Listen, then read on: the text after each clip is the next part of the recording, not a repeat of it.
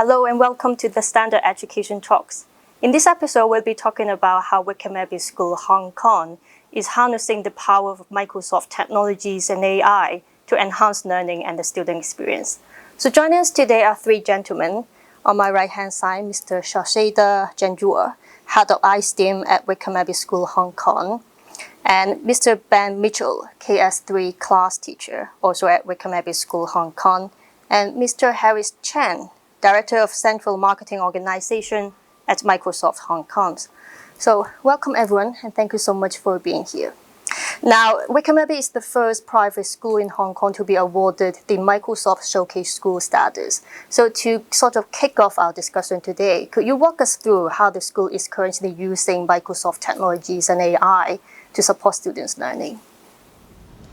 So we're using a range of technologies ranging from reading progress, which is an AI tool, which is a diagnostic tool which can improve reading fluency for our students. And it gives us information via AI, a lot of data that in different formats, in charts, in colored histograms and bars, that a teacher can analyze immediately, and then they can intervene and personalize a support for a student, or accelerate students that are working and understanding the particular task. So there are a range of tasks in the library which are reading tasks, contexts ranging from fiction to non-fiction to science, and it generates for each student, based on the information, it optimizes assignments. So we can actually individualize the assignments for students, and immediately tells us in color-coded a diagnosis which words were omitted, which words the pronunciation is incorrect, which words the pronunciation was correct and the student wasn't able to speak as clearly, and we can actually change and award them that. And the charts for the whole class, for the whole school as well. So we can look at it from a single student to a class to a whole school situation. So that's the reading progress that we're using. And the other technologies, that Ben, maybe you can come in. Sure. We've used. Well, actually, we use Microsoft apps pretty much constantly throughout the day for everything. We use Teams as our main mode of communication between the staff, but more importantly with the students. We can use Teams to send assignments home, and through the class note book, we basically have a track record of all of their homework and class assignments that they can collaborate on, which is a regular feature of everyday life. That's something that we provide all the homework on. If there are any links or messages, then we do it all through Teams. So we use that incredibly regularly, and because of all of these AI features now, it makes our life a lot easier in terms of analysis, as Shaz was just saying. So for example, we'll set a forms homework where there'll be a range of either open or closed questions, and through AI we can get an immediate breakdown of what most students understand about a subject or about a question. It picks out keywords, and we then have a great idea of where we need to move forward with the next lessons. So in other words, different tools are being used across the board, and they have the ability to provide students with immediate support, and also the opportunities to sort of better connect with peers and with their teachers. And also there are a multitude of ways for teachers and students to upload and share content with each other. Now, as a Microsoft Showcase School, what kind of Microsoft technologies do you use, and how do you make sure that the school staff and the teachers and the educators, they are properly trained to apply these technologies? So for example, we use something called Microsoft Reflect, which is extremely important for us. It regulates emotions of students, and it generates these very pretty or very interesting, cute monsters, which are emotion monsters. So if you're happy, you have a happy monster. If you're feeling a bit sad, we're all humans. We our students are, they're very expressive, and if they're feeling sad, they will tell you they're feeling sad. But this is done through this application where they will click on a happy monster, one will click on a neutral, one will click on a sad, and it's emotional based monsters. So that we teach them emotional vocabulary and then how to regulate. So a teacher can quickly see a whole map of all the monsters at the beginning of the lesson by doing a reflect, check-in. And then they can see which students are angry, which students are, a bit sad. And then we can focus on those students in the class and try to understand them and try to show them strategies how to emotionally regulate themselves. And so that's something which I believe we have been rolled it out in the whole school, and I think it's been a very powerful tool, because if we're emotionally not correct, we're not going to perform at the optimum level. So there's a balance between the emotional intelligence, the resilience, the well-being of a person, and their learning, and they're connected. Ben, would you? Yeah, I think also just in terms of the training that we've received as a school, through Microsoft, there is a Microsoft Learn platform in which there are lots of different programs of study in how we can adapt 21st century design learning into our curriculum. And so there's a program called the Microsoft Innovative Educator program, which I'm pretty sure all of our teachers have now completed, where there's a range of different activities that they have to work through the resources, learn about how they can use these technologies, and then apply these technologies within the lesson. We have regular staff meetings where we talk about best practice. And so I think we've got a very comprehensive range of usage within the school. Everyone within the school uses Teams and OneNote as a basis, and then we're now, with all of these AI functions, we're able to start to make our lives easier, and also produce lessons which are more tailored and engaging for the students, because through AI we're picking up on their interests, and also we're picking up on their strengths and their weaknesses that we need to focus on. And the leadership is key here to become a Microsoft Showcase school. Mr. Tuckett and Ms. Yang, our headmaster and deputy head, they allow the time, they give us the opportunities during staff meetings to implement our CPD program. So we have a specific Microsoft CPD program that which includes Flip, the video blog, where students can make a chain of videos and evaluate their work, and it's very good for building their confidence. I mean, I teach iSTEAM, and I focus a lot on the girls as well, because we want to promote girls in iSTEAM. And it's very good when you see them making a video about what they built and what was the challenging part in it, how did they overcome the challenge. And so that's what we use as well. And Minecraft Education is another tool that we use right across the school. And gamified learning, it's raising the awareness, and we have raised the awareness in the community, and the parental community especially, is that this is not a game. It's immersive learning, virtual worlds where students work in teams to build a structure, an architecture.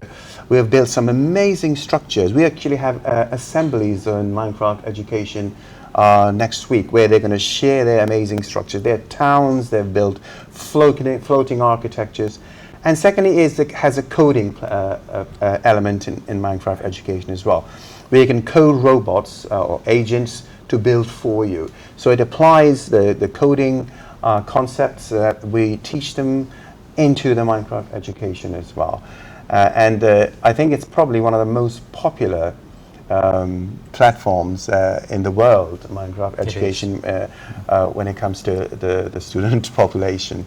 And if I can just add to the applicability of Minecraft, I've done an assessment in geography where the students have had to demonstrate their understanding of the causes and effects of flooding through building a world in which a village gets flooded, and we see what all the causes are, what all the effects are. They can leave little signposts around which demonstrates to someone walking through this world how they can get the flood to start, why it's happening, and then also the social and political impacts that that might have as well.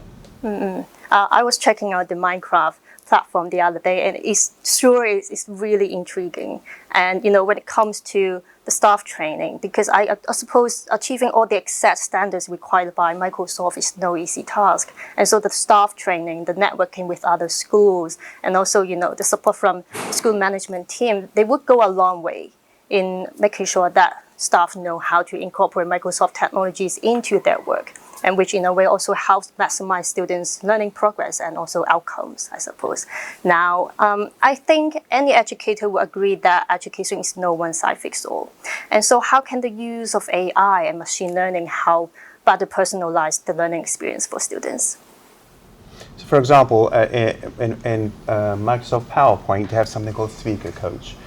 And we do a lot of collaboration in iSteam and in our when we use PowerPoint in our lessons generally, that they work on a same project together. And so when it comes to practicing their actual PowerPoint, students get, like all of us in front of a big audience, you have to be well prepared. You get nerves, which is quite normal. So I was just preparing them today for their Minecraft education PowerPoints that they're presenting in the assembly next week. And we use something called Speaker Coach. It's an AI technology where a student will speak their presentation. They'll present. It has a special mode where it says present. And the AI technology is listening in, and it gives you feedback on what you need to improve on in your presentation. Is it the pace? Is it the tone of voice? Is it the words that you have selected? So it's quite amazing that that feedback then is taken on board by the student, and they actually improve. But it's personalized because it's different feedback for every student. It's the same philosophy that is in reading progress. Is it in real time? It is in real time, and it happens as you speak, and the feedback is very immediate. And this is where the AI is going to be impressive in education, where it's going to accelerate learning. And I believe, we teach Minecraft education in year one. So our year ones are building architectures, and they're building some amazing structures that, honestly speaking, sometimes I said, I don't think I can even build them. So we are accelerating their skills. This is a new generation, a generation that's going to be using AI tools. And I believe it's going to have, if used with an organization like Microsoft Education, who know what they're doing and they're being heavily invested in education, I believe that schools will benefit. And I think in addition to all that, right, so I think Shah's talked about reading progress, reflect, and also some of the speaker coaches capabilities that we built into Microsoft 365.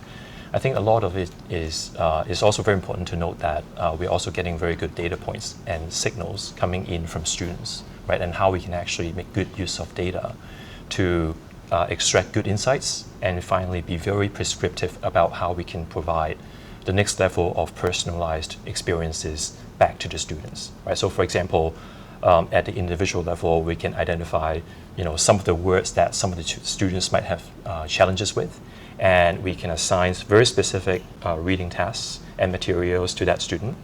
And holistically, for example, we can look at the whole class, right, and take a look at some of the words that the whole class might find a bit more challenging, right? And then we can design class activities that would actually work well to optimize the learning and teaching experience for the whole group. So it really is all about how we make artificial intelligence work for the educators, right? And how we can benefit students, the overall learning experience, and ultimately how that can actually lead to better learning results. It does sound like those experiments that were done in linguistic field, where they use MRI experiment to sort of gauge how much time you need to read a certain text, right. Which word do you dwell on, right. And it generates, the AI generates, following on from what Harris has said, it generates an assignment which comes from, it gives you a word cloud as well. Right. with magnifies words, meaning students have used these words. This is where the most words were used, and then it generates using the difficult words. It auto generates an assignment, and for me, it will take me a long time as a teacher to sit there and analyze that data, and then to work out an assignment, follow-up assignment, which is more of an intervention, which will improve their learning and progress them in their weaknesses. But it immediately generates it, and one click of a button is distributed to all the students via the assignments function, and then they can do it again and then send it back, and then it will analyze again. And the data is so important. What Harris mentioned, being a showcase school, we have tremendous amounts of data that we are looking at, and we are very happy to report that, for example, the reading progress, the gray bar from the baseline is getting bigger and bigger, and the gray code means that their reading accuracy and fluency is increasing, and we can see that in an instant.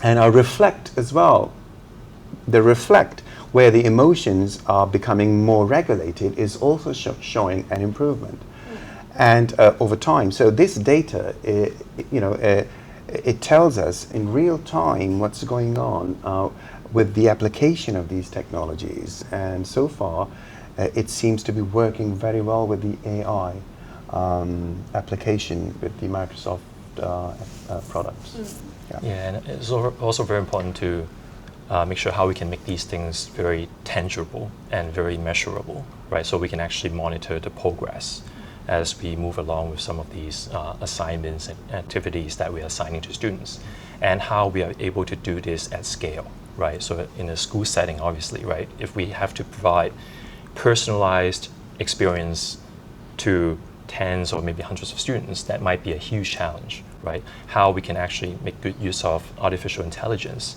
to do some of these things and be able to prescribe very personalized assignments at scale. I think that is something where AI can really, really help. And we have the hybrid platform with Teams and OneNote. We have the infrastructure or architecture, if you might want to call it, to be able to, for students to get immediate assignments, immediate feedback, and for them to upload, access all the resources, and improve their knowledge. So all that is at the core of what we do. And I think the AI, it's just making everything accelerating, and it is quite exhilarating and overwhelming in some ways, that for educators and teachers, is how do we keep up with the pace? So for the next year, our CPD plan is already to introduce the AI elements. Ben hopefully will be leading that, to train our staff in how do we use the AI capabilities in Word, through the dictation, in PowerPoint, and so on. And what is AI and machine learning? And what are some of the ethics and some of the responsibilities in the context of education that we need to be wary of? And what do we need to check for? How do we need to assess certain subjects like English essays if they've been written? How do we know that that is not come out of an AI generative application? So it is great news. However, we have to be careful how we're going to be using these. And I think it's important, I mentioned data science earlier in our discussion, that data is important to be able to read the data that AI is producing. I think the human in the loop is more important now than ever, to be able to, as an educator, to be able to see that data. Trusting the data is important. However, it has to be also matched with what's right there in front of you, what's on the ground, what's on the field, and the teaching strategies of questioning, and teaching strategies of further probing and exploring to ensure that the data is matching the progress of the student. So tailoring a personalized learning experience is really at the center of it all. And I think the arguments could be made that AI and machine learning, they should only be regarded as a supplement. They're not there to replace the teachers, but they are helping students to pay attention to certain things, help them to learn skills, and also provide instantaneous support like what you just said. And so on the side of teachers, how can the use of Microsoft technologies and AI help them better gauge and also keep track of students' learning progress? I think that's a lot of the things that we've just covered there. Pretty much answers that question. We're constantly able to assess in a way that would have taken a great amount of time previously. We can now assess down to minute details, the kind of areas that students need to work on individually.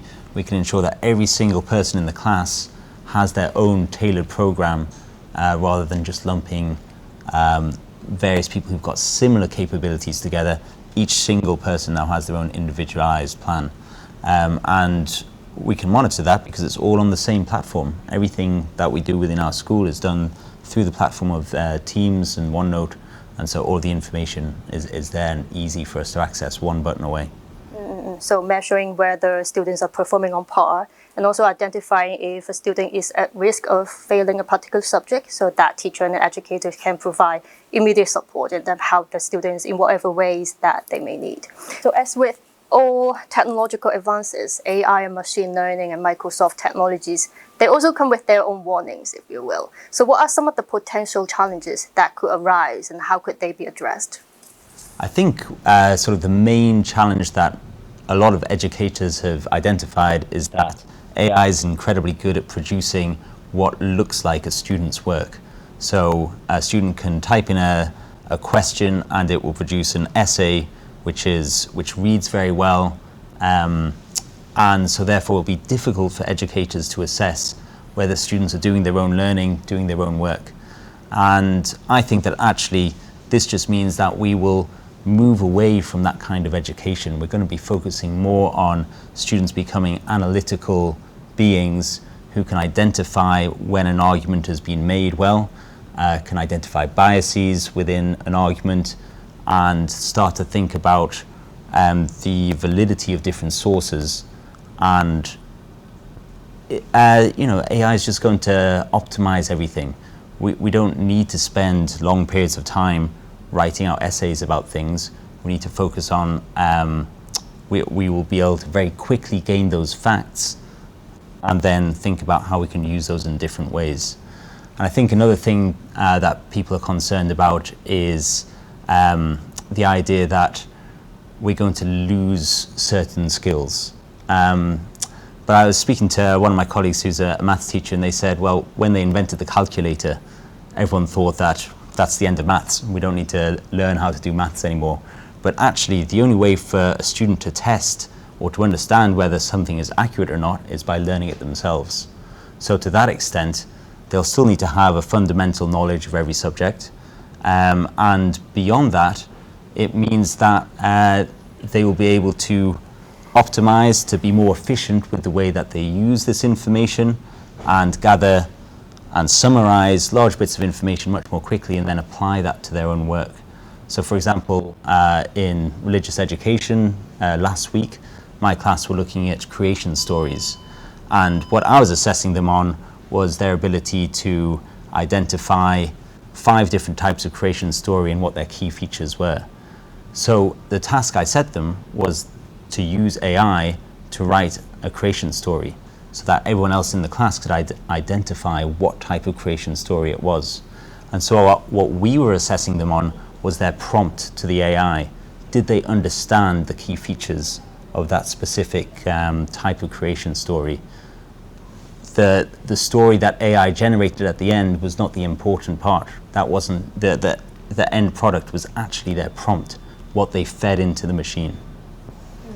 I think that is spot on, and I actually really like that calculator metaphor, which is one of my favorites when I explain to people the potential risk and opportunities for artificial intelligence.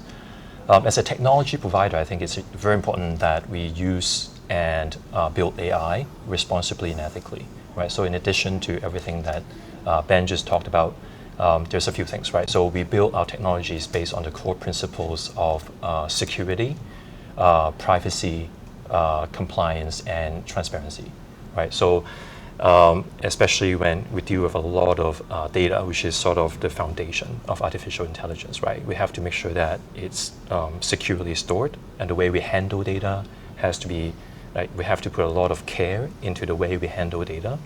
And we also have to respect privacy, right? We are also obviously collecting a lot of data points from students, from parents, and perhaps even from some of your colleagues, right?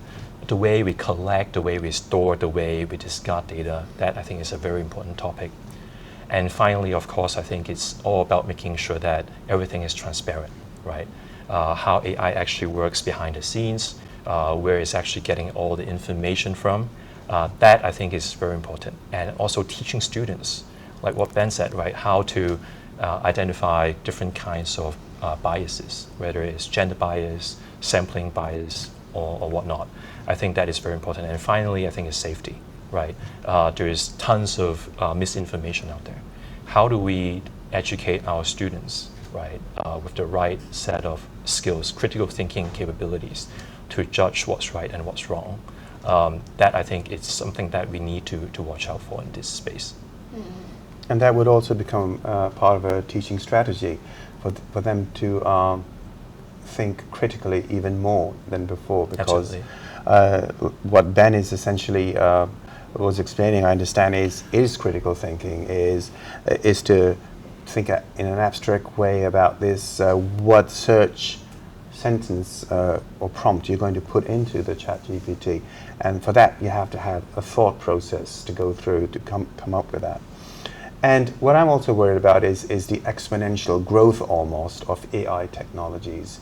You know, when you go onto these Twitter platform and you look at some of the recommendations that other educators are giving, a list of 10 best AI apps or models that you could use to do various things, including not only language but also data, mathematical equations, and so on. Our students will also eventually get access to that, and that's my worry. That how do we regulate that? So, one in terms of the education context, policy comes to mind. I think every school is going to have to develop now a responsible and ethical AI policy, and educate the parents as well as the students and the staff on how to use this responsibly. Luckily, as I was mentioning before, that it is important to pair up with an organization like Microsoft Education and Microsoft regards the AI, because they would have done a lot of that for us.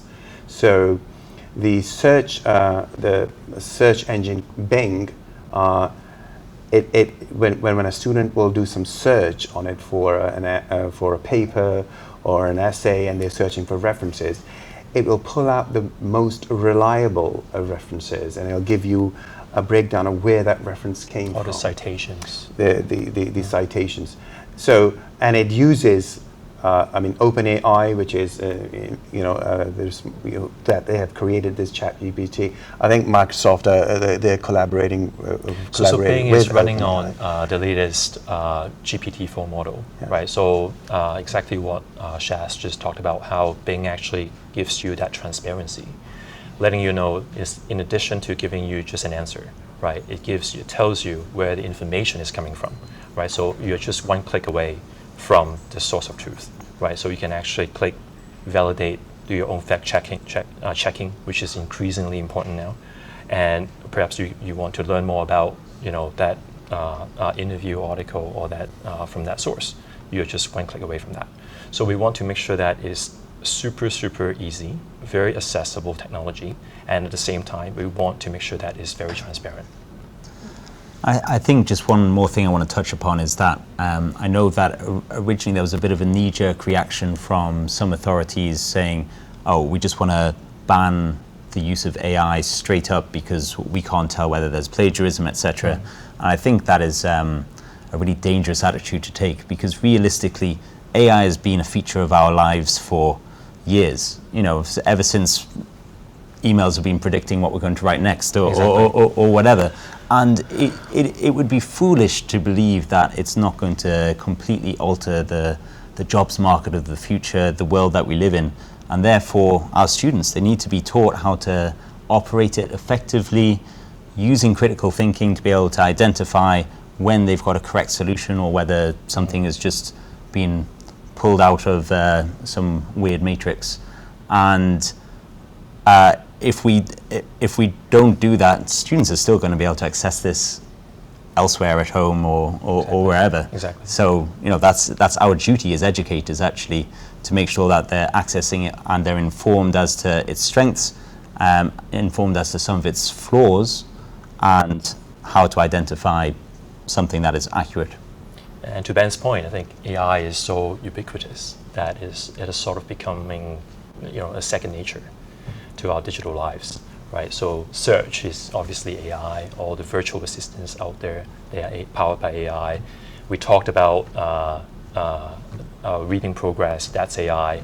All the text-to-speech, speech-to-text capabilities that we built into Microsoft 365, that's AI as well.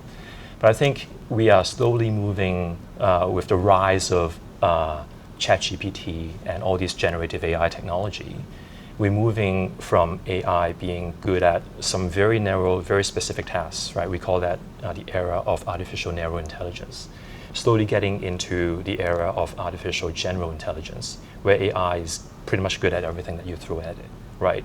And we are moving from AI sort of being, working for us as an autopilot to now AI becoming a co-pilot, right? So now the question is, what you're going to do with it, right? And what AI should do for us. And I think the very important thing here is that we want to make sure that human remains in control of everything that we do, right? So we're not trying to say, hey, AI is going to take away your jobs. In fact, it's quite the opposite.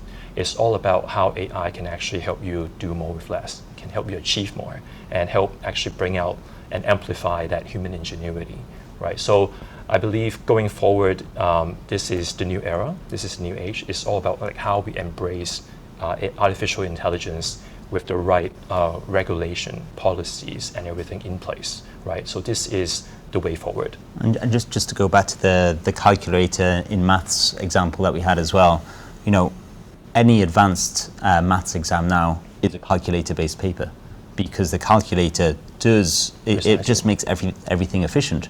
All of these calculations that would have been tested before can now be done very quickly on a calculator, and we can then use that information to do something much more complicated. And that's how AI will help us and will help students, because all of the things that would have taken us a long time to do before will be done in a flash, and now we can focus on the bigger picture.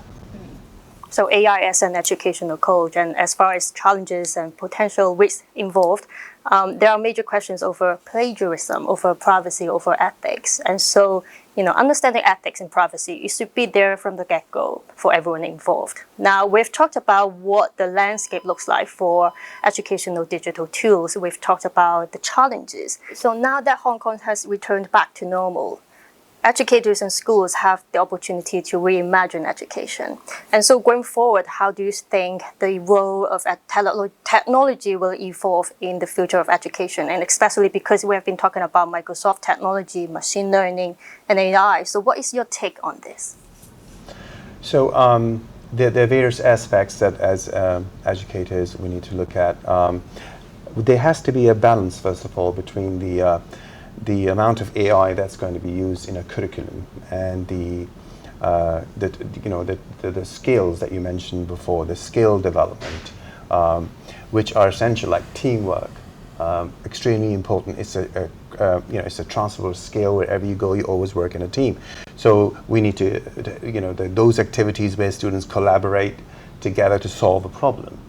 Well, if they are done using AI, like Harrison and my colleague Ben has said earlier, we will just accelerate that process of data acquisition, data analysis, information, and that problem solving of talking to each other, a human being, and listening to them, empathizing with them, understanding them, regulating their emotions because they upset, something didn't work as well in the building or the coding.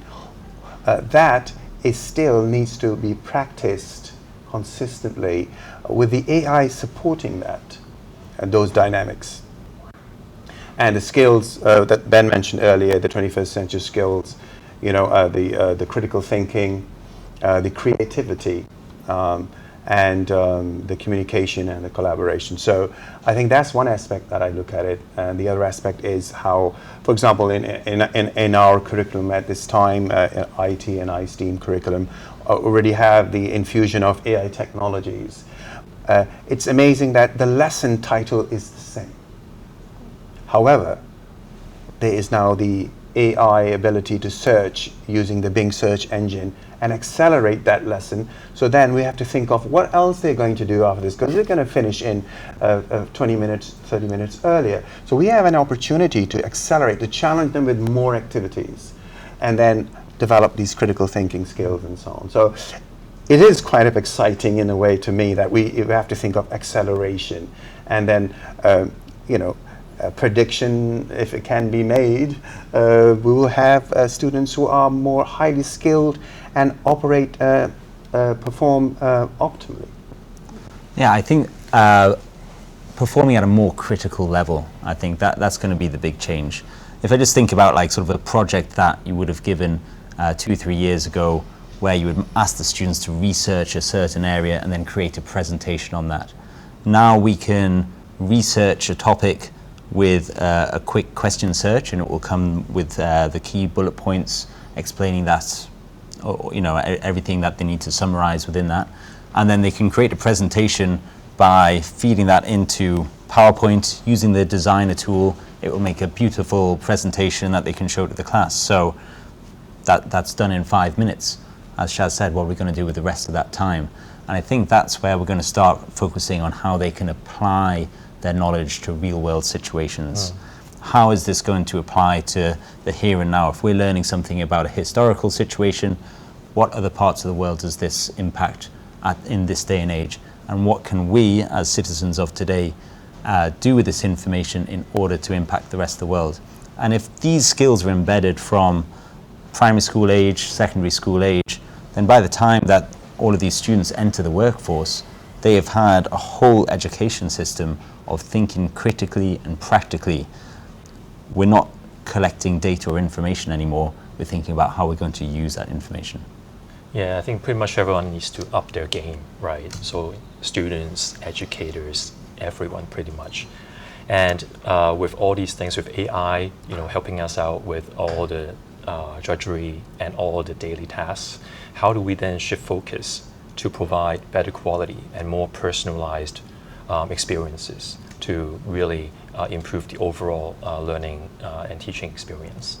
And from a technology provider's perspective, of course, we're just getting started, right? We talked about all these tools that we have, focusing on language and linguistics. And very soon, we're going to take those things to other core subjects, right? Including perhaps math and many other different areas, right?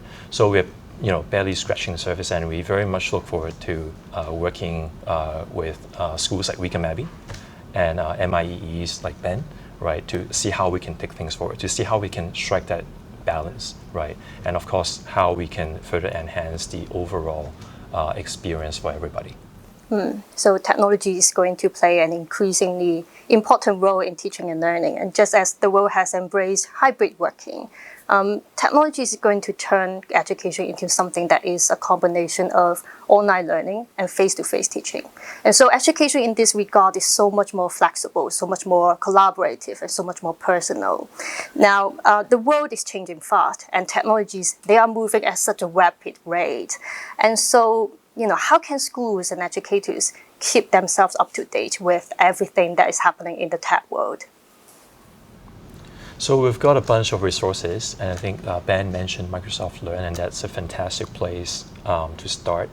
And from our side, we also do a lot of regular online and face-to-face events targeting educators and students to get them up to speed on the latest and greatest. And we also work with some third parties. So for example, we are going to be at the upcoming Learning Expo, so you see us there. And of course, we've got a very strong community of Microsoft innovative education experts here in Hong Kong. We actually got more than 50 teachers, MIE teachers in that community, exchanging ideas and thoughts in terms of how they apply technology in their day-to-day work. And here at Wycombe Abbey, I think we've got at least 5 of those teachers, Ben included, right? Yeah. So yeah, that's a very good, a very strong community. We'd love to see how, you know, closely connected everybody is and how we actually learn off each other. I think, I mean, the big expansion in technology has been our ability to communicate and share resources. And, you know, obviously we've been using Twitter for years now, but there are now so many other ways that we can share all of these progressions. And I think for myself, I often just go into YouTube if there's a new tool that I want to find out about. Or, I mean, like, you can literally just type in AI tools for teachers, and there are a million different YouTube results or Twitter results or anything where other educators want to educate educators with the new technology. And so that's a really good way of staying on top of it, is by hearing what other educators have done with it and what kind of projects they've used it on. So part of being a showcase school, we devise a Teams and OneNote integration, and this is a virtual learning platform. And when our students go to Wycombe Abbey UK, when they go to their UK boarding schools, just before they are, you know, just for an experience, they're not worried about that they're going to lose their work or they're going to fall behind. Our platform can be accessed from anywhere, and we bring them actually into the classroom. So they are on the Teams video call, and they are actually listening to the lesson. Not only that, our students, they're so cooperative, they will pick up the iPad or the Surface Go, and they will go and show them, look, this is what they're doing. This is your old team, look what they're working at. So that element is also something that, you know, will be coming. And again, the question is of balance. You know, a teacher in the classroom, can that be replaced by a hologram of a teacher with AI capability? So I think that's going to be interesting, you know, how we manage that balance. So very exciting things ahead, and as always, it's important for educators and schools to keep their fingers on the pulse of the trends and the innovations that are shaping the educational landscape. So thank you, Harris. Thank you, Ben. Thank you, Shahzada, for your insightful sharing today. And audiences, thank you so much for tuning in today, and we'll see you next time around.